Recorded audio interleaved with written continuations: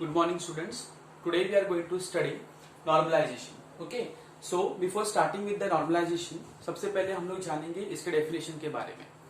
मैंने आपको already online lecture में बताया है कि what do you mean by normalization. In simple words, I will say normalization is a process of decomposition of table. What is the meaning of decomposition of table? मतलब एक बड़े से table को हमको डिवाइड करना होता है. ठीक है. That process, the dividing of the table is nothing but called as normalization, or you can say the process for dividing the entire table into small tables, ठीक है, are called as normalization.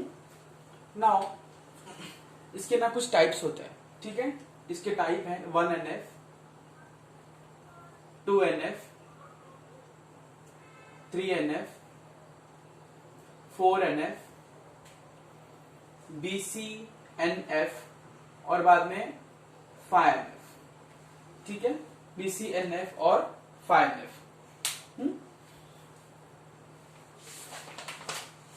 Now we'll study first NF. I'll repeat my words. Normalization is a process for decomposition of a table. यानी कि we have to divide the entire table into small table. ठीक है. And this process is done basically to remove the anomalies from the table. To remove the anomalies from the table. Anomalies का मतलब क्या होता है? Insert, update and delete. Insert, update and delete. ठीक है. इन तीनों चीजों को हम anomalies बोलते हैं.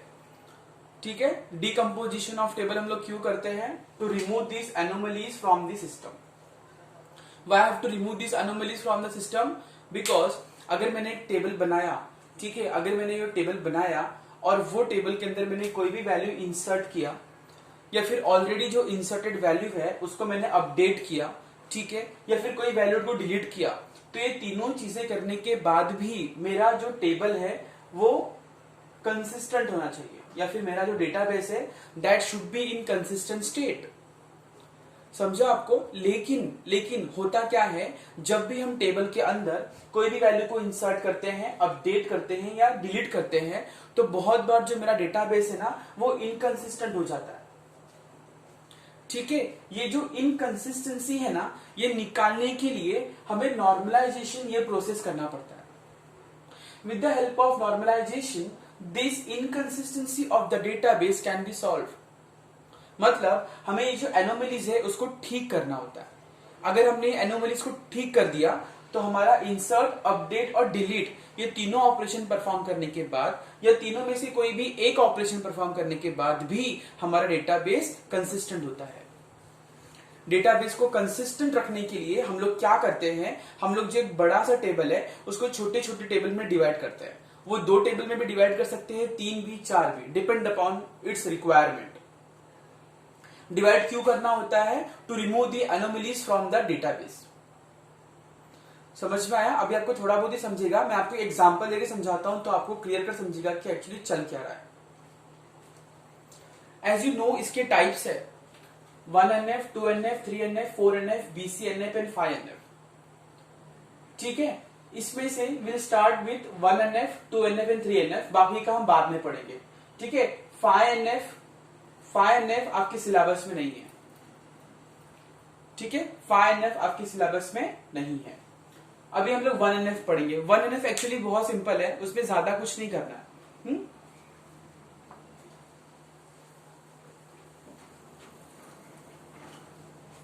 1NF का मतलब होता है फर्स्ट नॉर्मल फॉर्म. 1NF का मतलब क्या होता है? First normal form. इसकी डेफिनेशन है the relation is said to be, relation मतलब table, the relation is said to be in 1NF if domain of each attribute contain only atomic values. मतलब आपका जो टेबल है वो टेबल के अंदर जितने भी वैल्यूज है वो क्या होने चाहिए? एटॉमिक होने चाहिए. एटॉमिक का मतलब क्या हुआ? उसका डुप्लीकेशन पॉसिबल नहीं होना चाहिए. There should not be a duplicate value. इसके लिए एक बहुत ही छोटा सा और सिंपल सा एग्जांपल है.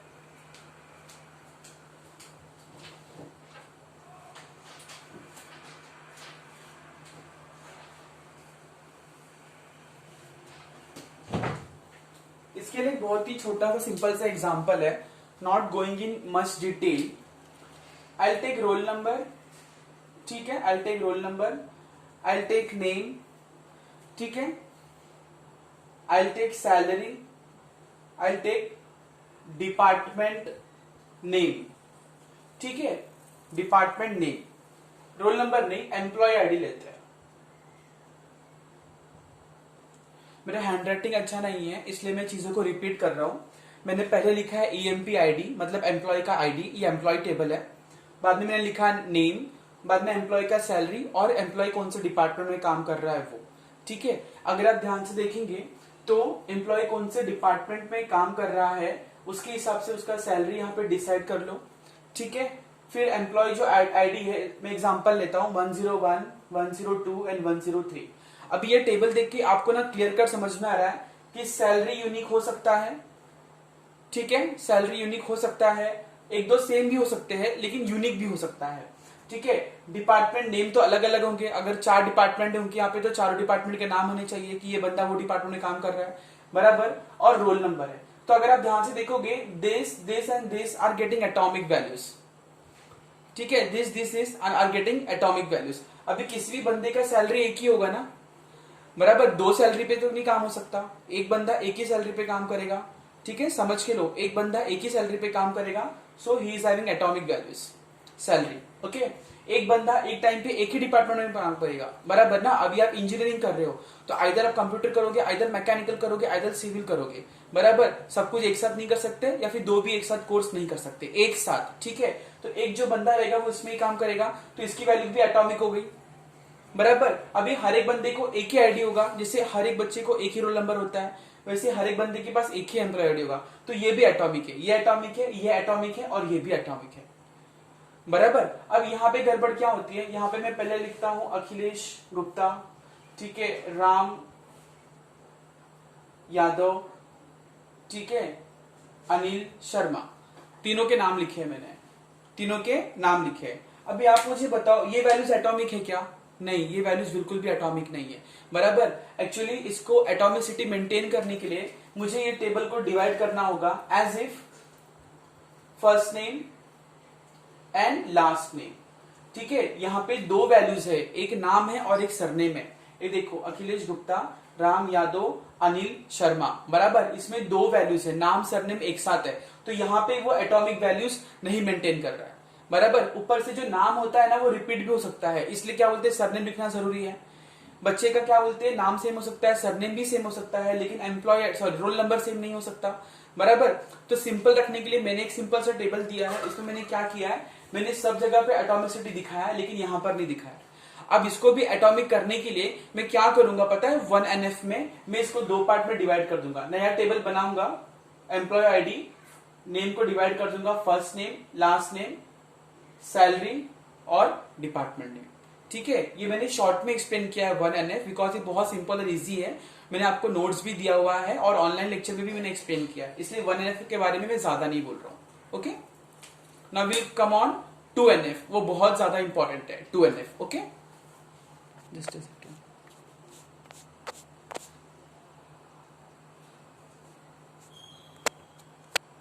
Okay, will study 2NF।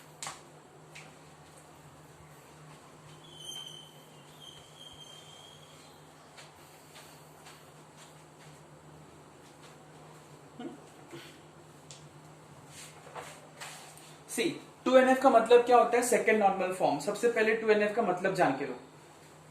2NF का मतलब होता है second normal form, second normal form, ठीक है। इसकी मैंने आपको डेफिनेशन दिया हुआ है, डेफिनेशन के हिसाब से इधर लिखा है a relation is said to be in 2NF if it is in 1NF, ठीक है। इसका सबसे पहला बेसिक चीज क्या है, कोई भी टेबल 2NF में कब होगा, जब वो 1NF में होगा, पहला पॉइंट। दूसरा पॉइंट क्या है, all non primary key attributes must be fully functionally dependent upon primary key attributes, बराबर। जितने भी नॉन प्राइमरी की एट्रीब्यूट्स है, अभी हर एक टेबल में एक ही प्राइमरी की होता है, मैंने आपको ऑलरेडी बताया, हर एक टेबल में एक ही प्राइमरी की है, बराबर। तो जो बचे हुए हैं वो क्या हो गए, नॉन प्राइमरी की, बराबर।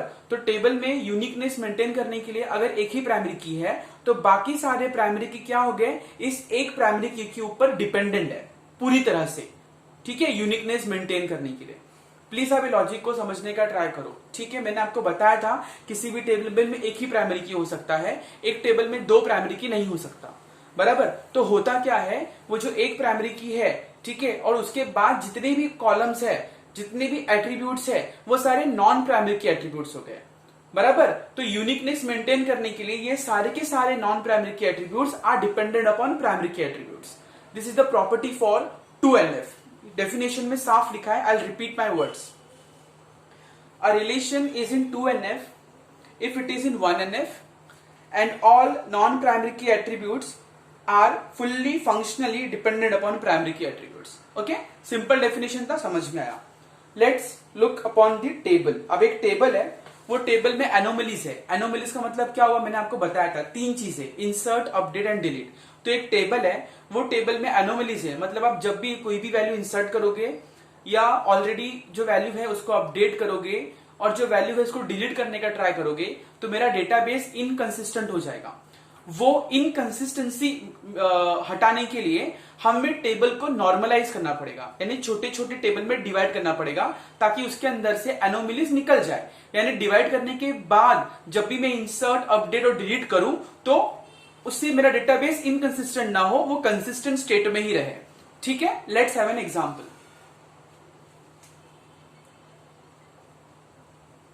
Role number, game, name, fee और ग्रेड, ठीक है।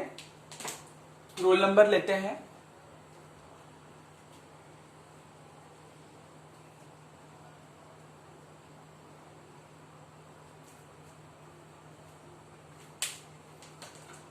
Roll number 1 2 3 4 5 and 6।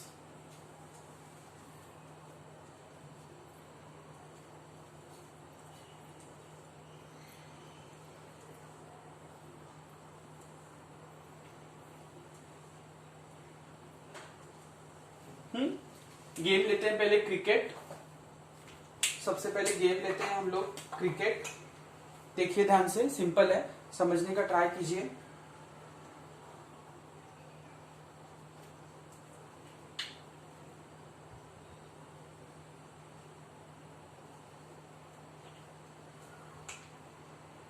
सबसे पहले हम लोग लेते हैं गेम क्रिकेट, ठीक है, क्रिकेट। फिर उसके बाद बैडमिंटन, बैडमिंटन, बाद में फिर से क्रिकेट, बाद में फिर से बैडमिंटन,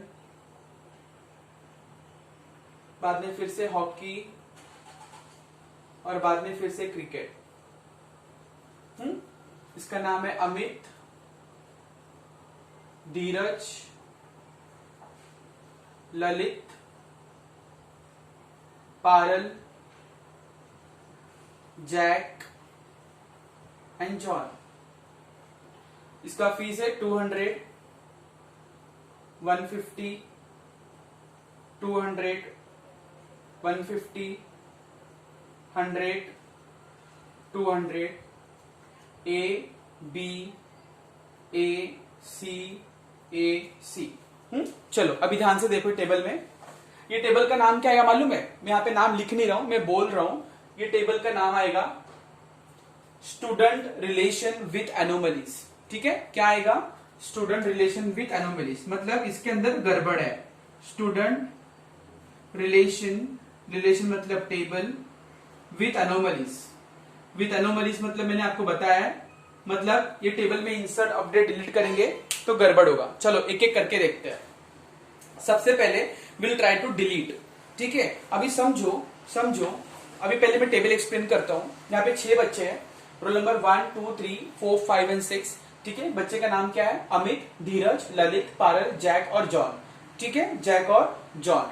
अभी ये जो अमित है ना, अमित वो क्रिकेट खेल रहा है, धीरज बैडमिंटन खेल रहा है, ललित भी क्रिकेट खेल रहा है, पारल भी बैडमिंटन खेल रही है, जैक हॉकी खेल रहा है और जॉन भी क्रिकेट खेल रहा है, बराबर।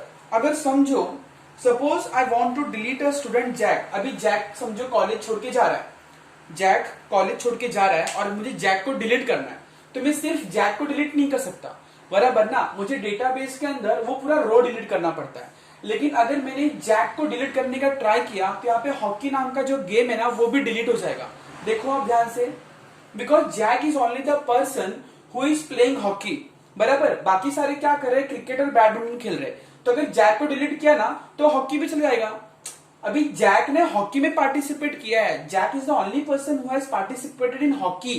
तो जैक कॉलेज छोड़ के जा रहा है, हॉकी कॉलेज छोड़ के नहीं जा रहा है, हॉकी वही है, बराबर ना। कॉलेज की जो गेम की लिस्ट है उसके अंदर हॉकी है, ठीक है, लेकिन जैक जा रहा है तो हॉकी रहना चाहिए। लेकिन अगर मैं जैक डिलीट करूंगा ना तो ये पूरा रो जाएगा, तो I am losing the game hockey, which is incorrect. Okay, then suppose I want to insert, ठीक है, suppose I want to insert a new game. मैंने बास्केटबॉल, मुझे एक नया गेम डाला मैंने मेरे कॉलेज के अंदर, मुझे वो इंसर्ट करना है, तो मैं क्या करूंगा, गेम के नीचे लिख दूंगा बास्केटबॉल। लेकिन एक्चुअली बास्केटबॉल गेम तो मैंने डाला, लेकिन वहां पे एक भी स्टूडेंट पार्टिसिपेट करने में इंटरेस्टेड नहीं है। समझ में आ रहा है आपको? अगर मैंने गेम नाम का जो गेम कॉलम के अंदर अगर मैंने बास्केटबॉल नाम का गेम डाला, लेकिन उसमें एक भी स्टूडेंट पार्टिसिपेट नहीं है, तो मुझे ये और ये तो खाली रखना पड़ेगा ना। मैं बास्केटबॉल डाल दूंगा इसके नीचे, बच्चा का नाम नहीं आएगा, बराबर, फी डाल दूंगा 300 रुपीज, ठीक है। लेकिन what about grade, what about role number, I can't keep them empty ना, बिकॉज रोल नंबर तो प्राइमरी की होता है। मतलब मुझे नया गेम अगर ऐड करना है तो मैं वो ऐड ही नहीं कर सकता, बिकॉज उसके लिए कोई भी स्टूडेंट नहीं है। तो डिलीट करने में गड़बड़ है, इंसर्ट करने में भी गड़बड़ है। अभी अपडेशन का देखो, अभी यहाँ पे तो खाली 6 बच्चे हैं, तो 6 बच्चे में गड़बड़ होने के चांसेस बहुत कम होते हैं। लेकिन कोई बहुत बड़ा कंपनी हो, ठीक है, कोई बहुत बड़ा ऑर्गेनाइजेशन हो जहां पे लाखों में एंट्रीज है, वहां क्या गड़बड़ हो सकती है। Suppose we want to change a fee of the cricket. अभी देखो क्रिकेट है, इसका फी 200 है, मुझे वो चेंज करके 300 करना है, बराबर। ये जो क्रिकेट है ना उसका फी जो 200 है वो मुझे 300 करना है। तो क्या होगा पता है, जहां जहां क्रिकेट है सब जगह 300 होना चाहिए। अगर एक भी एंट्री छूट गई तो मेरा डेटाबेस क्या हो जाएगा, इनकंसिस्टेंट हो जाएगा। अगर एक भी एंट्री छूट जाती है तो मेरा डेटाबेस इनकंसिस्टेंट होगा। इसीलिए, ठीक है, आई से दिस टेबल कंटेन्स एनोमलीज। इसलिए मैंने टेबल का नाम क्या लिखा है, स्टूडेंट रिलेशन विद एनोमलीज। मतलब ये टेबल के अंदर अगर मैं इंसर्ट करूं, अपडेट करूं या डिलीट करूं, इस तीनों की वजह से मेरा डेटाबेस इनकंसिस्टेंट होता है।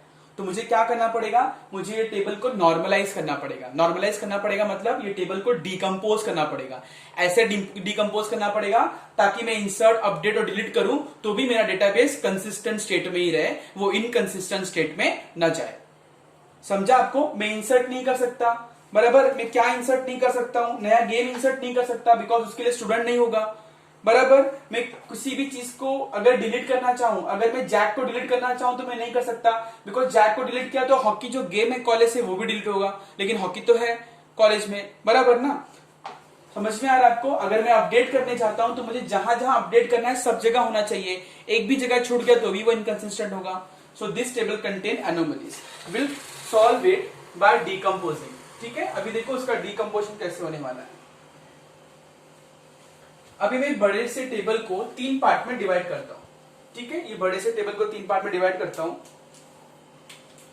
पहले टेबल का नाम रखता हूं स्टूडेंट, उसमें डालता हूं रोल नंबर, उसमें डालता हूं नेम एंड रोल नंबर, ठीक है। दूसरा एक टेबल बनाता हूं गेम करके, उसमें गेम और उसका फी ये डालता हूं। एक और टेबल बनाता हूं नीचे, वो टेबल का नाम लिखता हूं परफॉर्मेंस। वो टेबल का नाम क्या लिखता हूं, परफॉर्मेंस। और ये टेबल के अंदर मैं 3 कॉलम करता हूं, एक है रोल नंबर, एक है गेम और एक है ग्रेड, ठीक है। रोल नंबर, गेम और ग्रेड, हाँ एकदम सिंपल है, आप देखो जरा ध्यान से। अभी रोल नंबर क्या आएगा, 1 से लेके 6, 1 2 3 4 5 6, ठीक है। नाम क्या है, अमित, धीरज, ललित, पारल, जैक और जॉन, क्रिकेट आएगा यहाँ पे गेम में, क्रिकेट, बैडमिंटन, हॉकी। क्रिकेट का फी कितना था 200, बैडमिंटन 150, हॉकी का 100। ठीक है, roll number 1, 2, 3, 4, 5 and 6। Roll number 1 क्या खेल रहा था? क्रिकेट खेल रहा था। आप ध्यान से देखोगे तो रोल नंबर 2 क्या खेल रहा था? बैडमिंटन। रोल नंबर 3 क्या खेल रहा था? क्रिकेट। रोल नंबर 4 क्या खेल रहा था? बैडमिंटन। रोल नंबर 5 अगर आपको याद हो, जैक हॉकी खेल रहा है। रोल नंबर 6 क्या खेल रहा था? क्रिकेट खेल रहा था। इनकी ग्रेड क्या है? इनकी ग्रेड है ए, B, A, C, A and सी। ठीक है, अभी देखो ध्यान से। अब ये तीनों को बॉक्स में डालने का, ये तीनों को बॉक्स में डालने का, एक सेकेंड ना, ये तीनों को बॉक्स में डालने का, और नीचे इसके डायग्राम के नीचे नाम आएगा। क्या नाम आएगा मालूम है? Student relation without anomalies. तीनों टेबल को बॉक्स डालने का, नीचे फिगर का नाम लिखने का, स्टूडेंट रिलेशन विदाउट अनोमलीज। ठीक है, अब देखो, अब मुझे डिलीट करना है। मुझे क्या डिलीट करना है मालूम है? मुझे जैक को डिलीट करना है। ठीक है, तो मैं ये वाले टेबल में जाके जैक को डिलीट कर सकता हूं, बराबर। अगर मैंने जैक को डिलीट किया तो हॉकी नाम का गेम डिलीट होता है क्या? नहीं होता है, because there is no connection between this and this. तो अगर जैक को डिलीट करना है तो मैं इजिली डिलीट कर सकता हूं, हॉकी डिलीट नहीं हो रहा है आफ्टर नॉर्मलाइजेशन। ओके, उसके बाद इंसर्ट, अगर मुझे नया क्या करना है, नया गेम इंसर्ट करना है, तो मुझे उसके लिए स्टूडेंट भी चाहिए था वो वाले टेबल में, नहीं तो मैं नहीं कर पा रहा था। लेकिन यहाँ पे गेम का तो अलग से टेबल है, यहाँ पे तो गेम का अलग से टेबल है, मैं यहाँ पे इजीली ऐड कर सकता हूँ बास्केटबॉल 300 फीस, कुछ इफेक्ट नहीं होगा, बराबर। मतलब क्या हो गया, आपका डिलीट भी हो रहा है, आपका इंसर्ट भी हो रहा है। अभी आता है अपडेट।